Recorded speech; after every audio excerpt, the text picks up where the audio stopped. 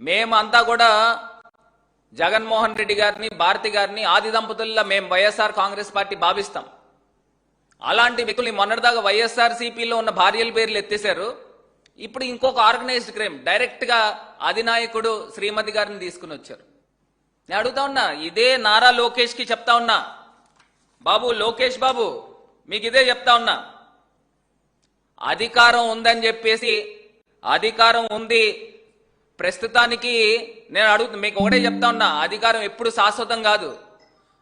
నేను ఒక్కటే చెప్పే అంశం ఏంటంటే, ప్రస్తుతానికి చట్టం మీ చుట్టం కావచ్చు,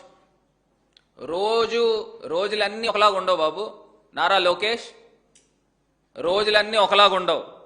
కాలచక్రం అటు నుంచి ఇలా తిరుగుతూ ఉంటుంది.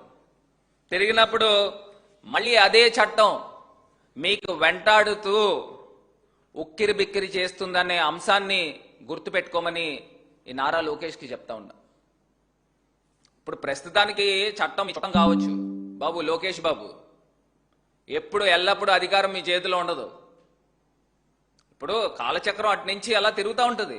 తిరిగినప్పుడు ఏమవుతుంది, మళ్ళీ మీ పీక్కి చుట్టుకుంటుంది అదే చట్టం. ఇవాళ తీసుకొచ్చి నేను ఒక్కటే చెప్తున్నా, ఇదంతా పర్టికులర్గా ఆర్గనైజ్డ్గా చేస్తూ ఉన్నారు ఈ క్రైమ్. ఏబిఎన్ రాధాకృష్ణతో మొన్న చెప్పించారు వీకెండ్ కామెంట్స్లో, వైఎస్ఆర్సీపీలో ఉన్న మహిళల గురించి, నాయకుల యొక్క భార్యల గురించి.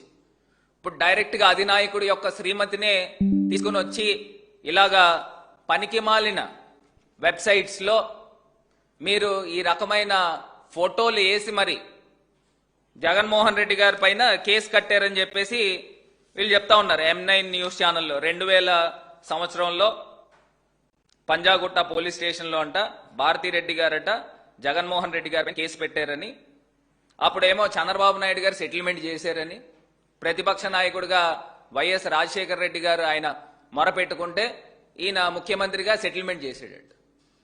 అడుగుతా ఉన్నా, ఎక్కడికి వెళ్ళిపోతా ఉన్నావు? అప్పుడు నువ్వు ముఖ్యమంత్రివా లేకపోతే ఏమన్నా వార్డు మెంబర్వా సెటిల్మెంట్లు చేయడానికి? ఏదో మీ చేతిలో న్యూస్ ఛానల్స్ ఉన్నాయి, లేకపోతే ఈ రకమైన ఆర్గనైజ్డ్ క్రైమ్ మేము చేస్తాము. నేను అడుగుతా ఉన్నా, నిజంగానే గనక మీకు చిత్తశుద్ధి ఉంటే, మీరు అందులో ఇన్వాల్వ్ కాకపోయి ఉంటే, ఆల్రెడీ మేము కంప్లైంట్ ఇచ్చాం, ఇమీడియట్గా కేసు కట్టండి. థింక్ ఆంధ్ర పైన, M న్యూస్ పైన. మీరు ఈ రకమైన అవాస్తవమైన వార్తల్ని ప్రచురణలోకి తీసుకొస్తా ఉన్నారు. అంటే మీరు తీసుకొచ్చి సోషల్ మీడియాలో త్రో చేసేసి ప్రజలకి అలా వదిలేస్తూ ఉన్నారు. అంటే ఇవన్నీ కూడా ఏంటంటే డైవర్షన్ పాలిటిక్స్లో భాగం. మొన్నటిదాకా దెబ్బలడ్డు అయిపోయింది, దాని తర్వాత గుడిలు కడిగేశారు, దుర్గమ్మ గుడి కడిగేశారు, మళ్ళీ అక్కడ మెట్లెక్కేసి తిరుపతి వెళ్ళారు, ఇష్టం వచ్చినట్టు గొడుకొవ్వు పందికొవ్వు అని నోటుకొచ్చిన మాటలు మాట్లాడారు. సుప్రీంకోర్టు ఇన్వాల్వ్ అయింది, మొట్టికాయలు వేసింది, సిబిఐ చెప్పింది ఏ రకమైన జంతువుల కొవ్వు కలవలేదని. మళ్ళీ తీసుకొచ్చి బాత్రూమ్ క్లీనింగ్లు అన్నారు, బాత్రూమ్ టాయిలెట్లలో వాడే యాసిడ్లు అన్నారు. అది అయిపోయింది. అయిపోయిన తర్వాత ఇప్పుడు ఒక చర్చ ప్రజల్లోకి వస్తూ ఉంది. అవును, జగన్మోహన్ రెడ్డి గారు చెప్పిన మాట నిజమే కదా, అమరావతి లోతట్టు ప్రాంతము, అది మొత్తం ముంపుకు గురవుతుంది. అది ఎప్పుడు అవుతుందో లేదో తెలీదు, మనం చూడగలమా, మన పిల్లలు చూడగలరా అనేది ప్రజల్లో ఒక ఆలోచన వస్తూ ఉంది. ఈయన జగనన్న చెప్పిన అంశం ఏంటి, ఎత్తు ప్రాంతము, మచిలీపట్నం పోర్ట్ ఉంది, అటు హైదరాబాద్ నుంచి కూడా రేవంత్ రెడ్డి గారు పోర్ట్ హైదరాబాద్ నుంచి డైరెక్ట్ ఒక 4 లైన్ రోడ్ 6 లైన్ రోడ్ కావాలి అని చెప్పేసి ఆల్రెడీ సెంట్రల్ మినిస్టర్ పెట్టుకున్నారు. అంటే వాళ్ళ దగ్గర ప్రొడ్యూస్ అయ్యే ప్రోడక్ట్స్ అన్నీ కూడా nearest port Machilipatnam Bandar port.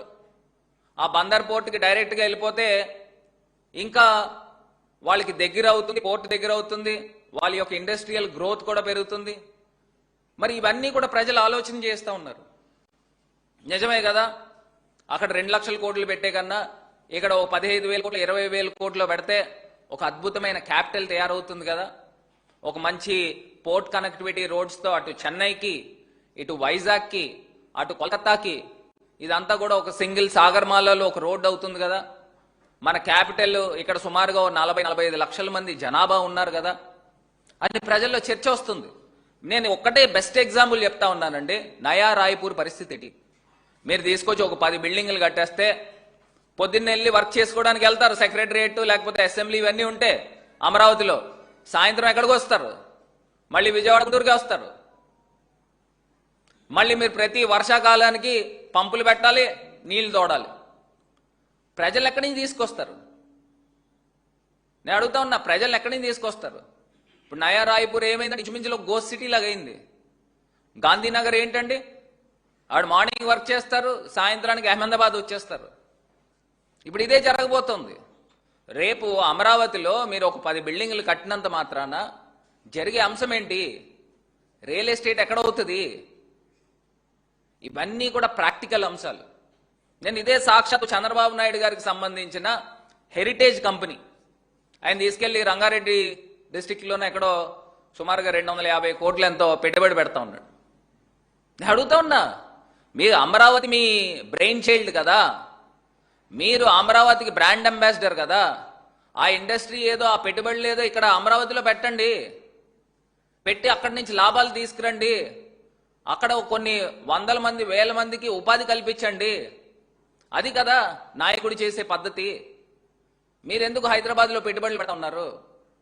అంటే ఇక్కడ క్లియర్గా అర్థమయ్యే అంశం ఏంటంటే అమరావతి మీకేంటంటే అక్కడి నుంచి పాలు వెతుక్కుంటున్నారు, అవి తీసుకెళ్లి హైదరాబాద్లో అమ్ముకుంటా ఉన్నారు. అంటే ఇక్కడ నుంచి మీరు డబ్బులన్నీ కూడా లాక్కుంటున్నారు. మీరు ఉండేది హైదరాబాద్, మీ వ్యాపారాలు ఉండేది హైదరాబాద్, మీ అబ్బాయి ఉండేది హైదరాబాద్, మీ డిప్యూటీ సీఎం గారు ఉండేది హైదరాబాద్. అడుగుతా ఉన్నా, ఇవాళ ఆంధ్రప్రదేశ్ ప్రజల్ని ఇది గమనించమని కోరుతా ఉన్నా. ఇవాళ మీరు చర్చకు తీసుకురండి ఏది బెస్ట్ క్యాపిటల్ అవుతుందో. అమరావతి అనేది మీరు కాదు కదా, మీ పిల్లలు కూడా మహానగరం కింద చూస్తారో లేదో నాకు తెలియదు. మీరు ఎంతసేపు హైదరాబాద్తో పోలిస్తూ ఉన్నారు. మీరు ఇదే అమరావతి రైతుల్ని బుట్టలు ఎలాగేశారు చెప్పండి? సింగపూర్ తీసుకెళ్లి ఎత్తైన భవనాలు చూపించేసి హైదరాబాద్ నేనే కట్టాను నేను డప్పు వేసుకుని ఇక్కడ ప్రజలను అందరినీ కూడా మభ్యలోకి పెట్టి అక్కడ అమరావతిలో ఒక 25 లక్షలు 30 లక్షలు ఎకరం ఉంటే రేపు మీ 1000 గజాలే గజం ₹1,00,000 అయిపోతుంది, మీకు ఇచ్చే 1000 గజాలే 10 కోట్ల రూపాయలు విలువ చేస్తుంది అని ఈ రకమైన పిక్చర్ చూపించి బుట్టలు వేసుకుని ఇన్ని వేల ఎకరాలు ఇచ్చారు. ఇచ్చిన తర్వాత మీరు చేసింది ఏంటండి? అక్కడ ఎవ్వరు లేరు. ఆ 29,000 రైతులు మీ తాలూకా బినామీలకు సంబంధించిన వేల ఎకరాలు, ఇంకా ప్రజల పార్ట్నర్షిప్ లేదు. అదే మీరు అమరావతిలో తీసుకుంటే సుమారుగా 45 లక్షల మంది ప్రజల యొక్క పార్ట్నర్షిప్ అక్కడ ఉంటుంది. అప్పుడు కదా క్యాపిటల్ డెవలప్ అయ్యేది.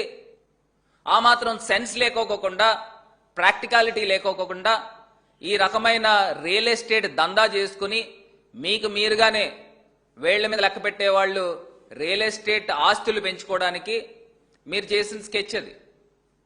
ఇది ప్రజల్ని నిశ్చితంగా గమనించమని కోరుతా ఉన్నా. ఇంకోటి కూడా మా పైన కూడా మీరు గతంలో అమరావతికి ఒప్పుకున్నారు కదా, ఇప్పుడు ఎందుకు ఒప్పుకోవట్లేదు అని మీరు మా దగ్గర కూడా సోషల్ మీడియాలో కానీ చాలా మంది మాట్లాడుతూ ఉన్నారు. నేను అడుగుతా ఉన్నా, ఒకటే అంశం చెప్తా ఉన్నా. మీరు 2014లో కేంద్ర ప్రభుత్వంతో భాగస్వామ్యం కింద ఉండి మీరు లక్షల కోట్ల రూపాయల నిధులు తీసుకొస్తారు, అప్పుడు అమరావతి అద్భుతంగా తయారవుతుంది అని మేము కూడా భావించాం ప్రతిపక్షంగా. అప్పుడున్న పరిస్థితుల్లో అప్పుడు ఒప్పుకున్నాం. మీరు లక్షల కోట్ల రూపాయలు తీసుకుని వచ్చి పెట్టుబడులు పెట్టి అద్భుతంగా తయారు చేస్తారని. కానీ రాను ఏమైంది?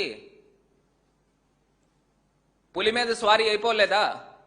మరి ఇప్పుడున్న పరిస్థితుల్లో మనం తీసుకొచ్చి ప్రజల్ని నట్టేట ముంచకూడదు కదా. ఇవన్నిటికి ప్రాక్టికాలిటీ ఏంటి అని అంటే ముందర మేము చెప్పింది విశాఖపట్నం మీకు నచ్చలేదు. సరే, ఇదే ప్రాంతంలో ఇప్పుడు బెస్ట్ పాసిబిలిటీ ఉన్నది మచిలీపట్నం, విజయవాడ, గుంటూరు, ఈ 3 కలిపి మ్యావిగన్ అని చెప్పాం. ఇది ప్రజల్ని ఒక్కసారి ఆలోచన చేయమని కోరుతా ఉన్నా. అటువైపు ఇటువైపు ఏ సైడ్ కావాలో ఒకసారి ప్రజల్ని ఆలోచన చేయండి. ఇది మీరు ఇప్పుడు నిర్ణయం కూడా తీసుకునేది కాదు, ఆలోచన చేయండి.